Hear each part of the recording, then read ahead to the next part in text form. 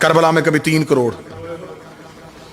پوری ذمہ داری کے ساتھ جملہ کہنے لگا ہوں, نفسیاتی جملہ ہے, میری تائید فرمائیں مجھے مہدی صاحب. 40 لاکھ 50 لاکھ بندہ حج کر کے واپس آئے نا حسن بھائی عباس پہ, ان کے سروں پہ قرآن رکھ کے پوچھو کہ تو نے حجر اسود کا بوسہ دیا؟ وہ کہ اتنا رش تھا, کوشش بڑی کی نہیں جا سکا.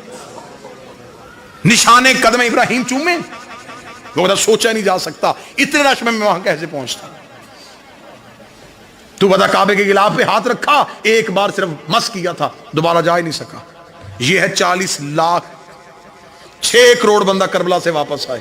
ٹانگوں سے معذور بندے سے پوچھ تو حسین کی زری پہ گیا؟ وہ کہتا جیسے میں گیا ہوں. کریم تو بغیر ملاقات کے کسی کو واپس بھیجتے. وہاں نا امید ہو کے واپس آ سکتا ہے, کربلا سے کوئی نا امید ہو کے واپس. میں ٹھیک کہہ رہا ہوں؟ میں نے خود امام حسین علیہ السلام کی حرم میں بیٹھے ہوئے ایک عالم دین کی زبانی سنا تھا. وہ کہتے تھے یہ کریم کے شہر کا معجزہ ہے, جیسے جیسے مہمان آتے جاتے ہیں حسین کربلا کو کھولتا جاتا ہے. کربلا آج بھی تنگی کا نام نہیں, کربلا کشادگی کا نام ہے. حسین نے کرم سستا کیا. حسین کا دیکھ خدا نے کہا تھا میرے گھر آنا تو امیر ہے, میں نے وہ شرط ختم کر دی, میں نے شرط بھی ختم کر دی.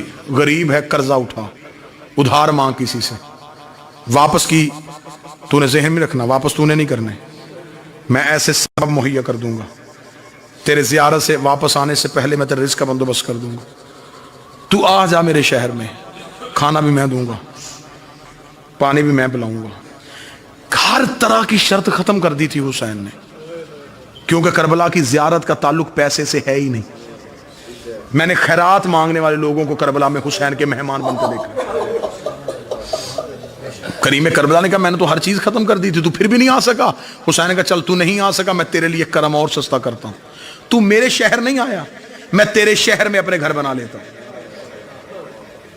میں کوئی قصر عباس بناؤں گا, میں کوئی قصر علی اکبر بناؤں گا, میں کوئی گلشن زہرا بناؤں گا, میں کوئی در بطول بناؤں گا.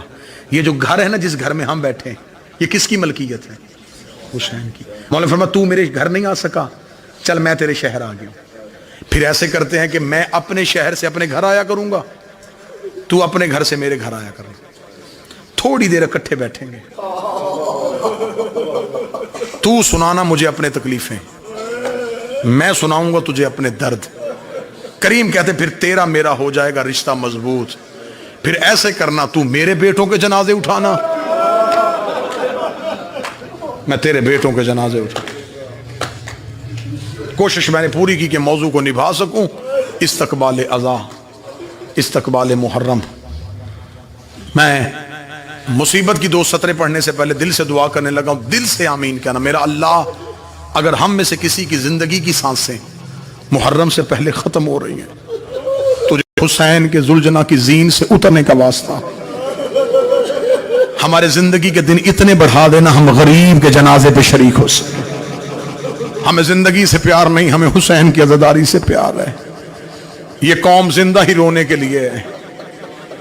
مولا حسین کی عزت قسم منظر بھائی, اتنا اس قوم کو بیٹوں کی شادیوں کا انتظار نہیں ہوتا جتنا انہیں حسین کی عزاداری کا انتظار.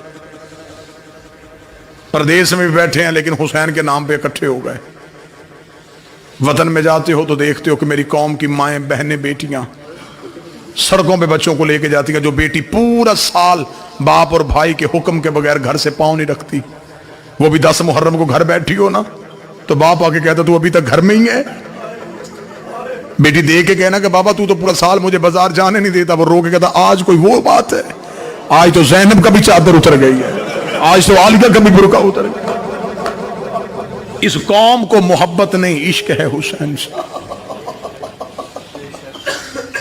کوئی مصائب مضمون کے اعتبار سے نہیں پڑھوں گا. ایک معجزات حضرت عباس میں سے ایک کتاب کی ایک روایت, ایک معجزہ, ایک واقعہ, ایک عزاداری کا اجر, ایک عزاداری کی فضیلت, وہ سناؤں اور آپ کو سلام کروں اور قبلہ دعا فرمائیں.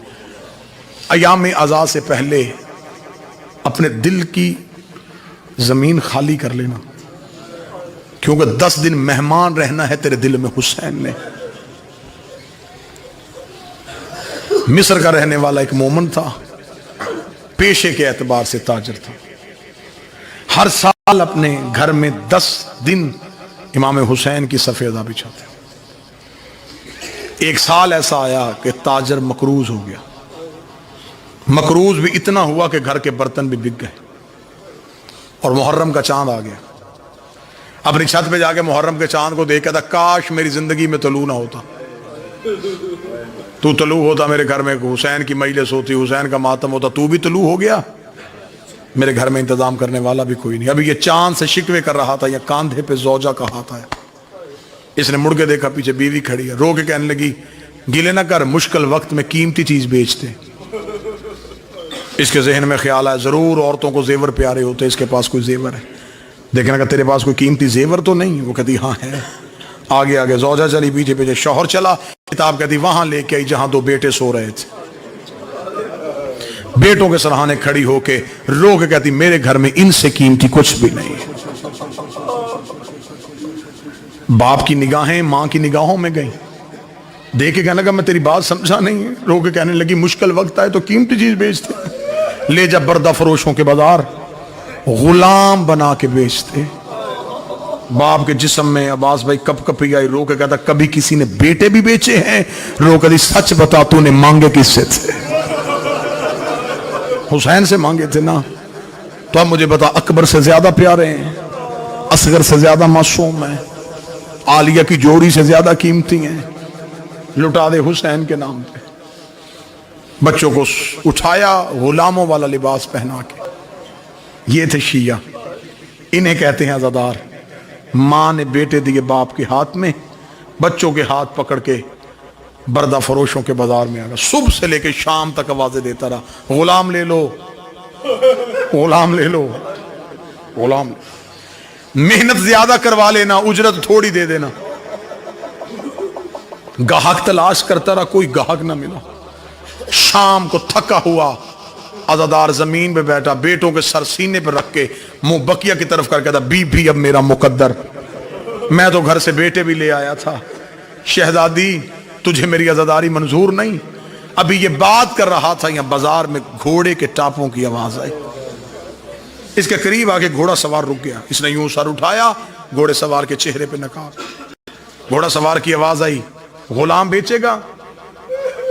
اب جب خبر ہوگی کہ گاہک آ گیا ہے تو اب زبان خاموش ہو گئی. سر ہلایا بیچوں. گھوڑا سوار کی آواز ہے کیا قیمت لے گا؟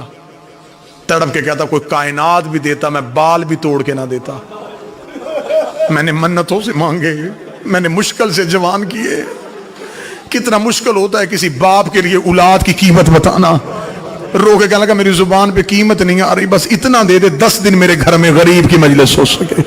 اتنا جملہ کہنا تھا. یہ گھوڑے سوار کی آواز ہے, وہ سامنے گھوڑے پہ تھیلے پہ دینار ہے, دینار اٹھا اور اپنے بچے میرے ساتھ گھوڑے پہ بٹھا دے. دینار اٹھا, بچے گھوڑے پہ بٹھا دے. دینار اٹھا, بچے گھوڑے پہ. جو بندہ بیٹھا ہے اسے خبر ہے کہ محرم آنے والا ہے, وہ سینے پہ ہاتھ ضرور مارے گا, ہائے ضرور کہے گا. جب گھوڑا سوار کی آواز آئی دینار اٹھا اور اپنے بچے گھوڑے پہ بٹھا دے, اتنا کہنا تھا. چند قدم پیچھے ہٹ کے کہنے لگا میں کوئی قرضہ تو نہیں مانگ رہا, بیٹے بیچ رہا ہو, اتنی بھی امیری کیا, تو پیسے بھی اٹھا کے نہیں دے رہا. گھوڑا سوار کی آواز میری مجبوری ہے, میرے ہاتھ ہوتے میں تیرے بیٹے ہاتھوں سے اٹھاتا, میرے بازو ہوتے میں تیرے لال سینے سے لگاتا. او میری مجبوری, میرے ہاتھ نہیں, میرے بازو نہیں.